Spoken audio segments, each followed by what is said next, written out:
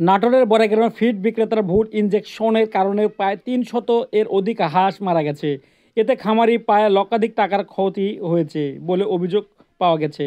রবিবার সকালে উপজেলা পারকুল মৎস্যজীবী পাড়া ফরজ আলীর খামারে প্রায় ৩০০ এর অধিক হাঁস মারা যাওয়ার ঘটনা ঘটে। এই ঘটনা খামারি ফরজ আলী মানসিকভাবে ভেঙে পড়েছে। জানা যায় শনিবার সন্ধ্যায় খামারি ফরজ আলী খামারের ৬০০ হাঁসকে ঠান্ডার ভ্যাকসিনের কারণে কথা বলে অ্যান্টিবায়োটিক ভ্যাকসিন করলে ফিড বিক্রেতা ও পল্লী চিকিৎসক দাবিকৃত শরীফুল ইসলাম। এতে ঘটনাস্থলে হাঁস মারা যাওয়া শুরু করলে কৌশলে সটকে পড়েন ফিড বিক্রেতা ও পল্লী চিকিৎসক দাবিকৃত শরীফুল ইসলাম। তারপর থেকেই প্রায় ৩০০ এর অধিক হাঁস মারা যাওয়া খামারি ফরজ আলীর। এতে প্রায় লক্ষাধিক টাকা ক্ষতি হয়েছে বলে জানান ফরজ আলী। শরীফুল ইসলাম উপজেলা বনপাড়া বাজারে ইউনিয়ন ফিড নামে একটি ফিডের দোকান পরিচালনা করেন। ফিড বিক্রেতা ও পল্লী চিকিৎসক দাবিকৃত শরীফুল ইসলাম ভুল ভ্যাকসিন এর বিষয়ে জানতে চাইলে তিনি বিষয়টি এড়িয়ে যান। তবে এ ব্যাপারে খবর পাওয়ার সঙ্গে সঙ্গে ঘটনাস্থলে পরিদর্শন করেছেন উপজেলা পানি সম্পদ কর্মকর্তা নূরে আলম সিদ্দিকী। এ সময় তিনি উপস্থিত সকলের সামনে একটি হাঁস পরীক্ষার মাধ্যমে অ্যান্টিবায়োটিক ভ্যাকসিন এর অতিরিক্ত ডোজ প্রয়োগে হাঁসের মারা যাওয়ার বিষয়টি নিশ্চিত করেন। এ ব্যাপারে বড়াইগ্রাম থানার ভারপ্রাপ্ত কর্মকর্তা সিরাজুল ইসলাম জানান, অভিযোগ পেয়েছি, তদন্ত সাপেক্ষে আইনগত ব্যবস্থা গ্রহণ করা হবে। ডাক্তার মনে করেন আইছে, আসার পরে আমার হাঁসে ভ্যাকসিন দিছে, ইনজেকশন দিছে, দেওয়ার কারণে তখনই 2টা হাঁস মরেছে। পরে আমি ডাক্তারে করছি যে ডাক্তার আপনি থাকতেই তো 2টা হাঁস মরল, আরো হাঁস হয়ে যায়, অসুস্থ হয়ে যাচ্ছে, তো করছে 2 সাইডে কাটবি।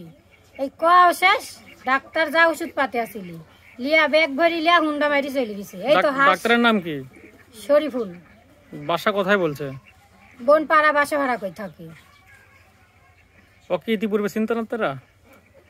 না ইতিপূর্বে চিন্তা প্রাথমিক কিন্তু ঠান্ডা লাগছিল বুঝছেন, লাগার কারণে প্রাথমিক আমি শরীফুলে বললাম ডাক্তারে ভাই আপনি প্রাথমিক কিছু চিকিৎসা দেন।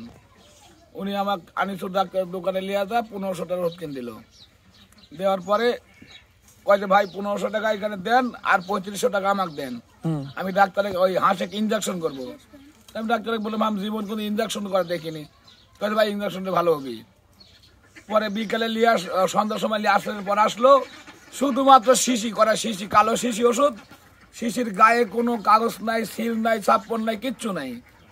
উনি আসছি ভ্যাকসিন ওই ইনজেকশন করার পরে আমার হাঁস 2টা মরছে। বাড়িওয়ালা বললো যে ভাই হাঁসটা মরছে, কয় ভাই 2 সাইডে নষ্ট হবে এরকম।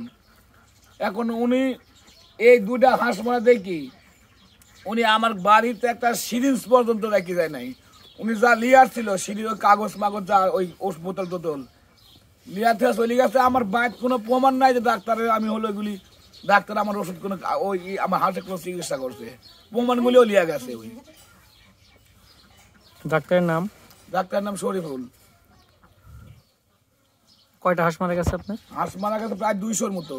হাঁস ছিল 600, এখন মনে আছে ওইখানে এইখানে তোমরা 200-র মতো মারা গেছে, আরো 200 মরবে ইনশাল্লাহ যদি হলে কি এই ভুল চিকিৎসার কারণে। এখন কি চাচ্ছেন আপনি? আমার একটা প্রাথমিক কথা হলো সেটা হলো আমার সরকারি কর্মকর্তার কাছে দাবি আমার হাঁসের কি ব্যবস্থাটা করে দেন।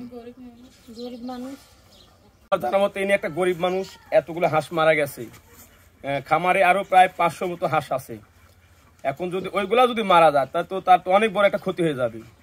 তাই আমরা চাচ্ছি যে আমরা প্রতিবেশীরা সবাই মানে বলছি যে যাতে আমাদের এই চাচার কোনো কিছু যাতে আপনারা এই মানে কিছু করে দিতে পারেন, সেটাই আমার দাবি আর কি। কারণ যে ডাক্তার ভুল চিকিৎসা করছে তার কোনো বিচার চান কি? অবশ্যই বিচার চাই। যে ডাক্তার মানে ভুল চিকিৎসা দিচ্ছেন শরীফুল ভাই ডাক্তার, আমরা তো চাই তার বিচার। আর যেন আমার এই হাঁসের যাতে কিছু মানে জরিমানা, মানে আমার আশা দাবি একটাই যে সেই ডাক্তারে যেন পূরণ করে দিতে মানে দেয়। অসুখ থাকলে প্রতিদিন 1-2টা করে মারা যাবে, এই কোনো অসুখই নাই। হাঁস সুস্থ হাঁস ভালো হাঁস চিকিৎসা দেওয়ার পরে এরকম করে মারা গেছে। কি চাচ্ছেন সেই ডাক্তারের ভুল চিকিৎসা? ডাক্তারের বিচার হওয়া লাগবে। আপনার হাঁস কিভাবে মরছে আমি ল্যাবে পরীক্ষা করাবো।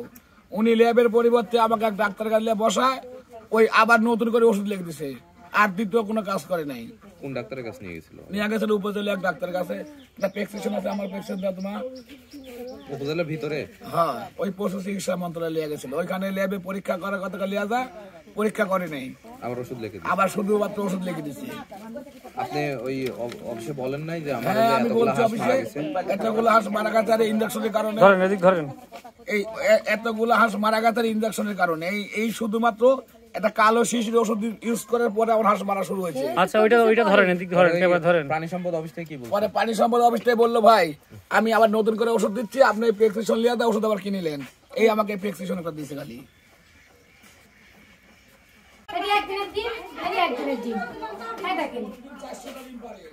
প্রত্যেকদিন 400 ডিম পারে, সুস্থ সই।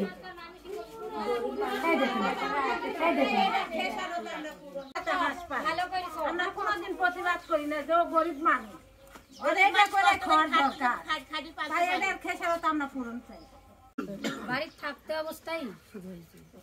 অ্যান্টিবায়োটিক ডোজ দিতে পারেন? আমি অনুমতি নিয়েছি ওনার কাছে। কার কাছ থেকে অনুমতি নিয়েছেন? বড়দের কাছ থেকে। আপনার অনুমতি আছে অ্যান্টিবায়োটিক ডোজ দেওয়ার অনুমতি না, আছে? ওনার হাঁসে যে আমি ট্রিটমেন্ট দিছি ওনার কাছ থেকে অ্যান্টিবায়োটিক মানে অনুমতি নিছি। উনি তো অ্যান্টিবায়োটিক ডোজ দেন ওনাকে আমি না, প্রাণী সম্পদ অফিসকে জানাইছেন আপনি বিষয়টা? ওনাকে আমি বলেছি ভাই আমার ট্রিটমেন্ট আপনি নিলে হাঁস যদি আপনার বেঁচে থাকে আপনার, মারা গেলেও আপনার, এখন আমার ট্রিটমেন্ট যদি নেন তাহলে আমি শুরু করব কাজ। উনি বলেছে আপনি করেন, অসুবিধা নেই। এখন ওনার হাঁস মরে গেলে দায়ভার ওনাকেই দিতে। আপনি কি ডাক্তার? আমি পল্লী চিকিৎসক। পল্লী চিকিৎসক হয়ে তো আপনি অ্যান্টিবায়োটিক ডোজ দিতে পারেন। আমার পারফরমেন্স ওনারা দেখেছে, পারফরমেন্সের হিসাব আলাদা আর অ্যান্টিবায়োটিক ডোজের হিসাব আলাদা।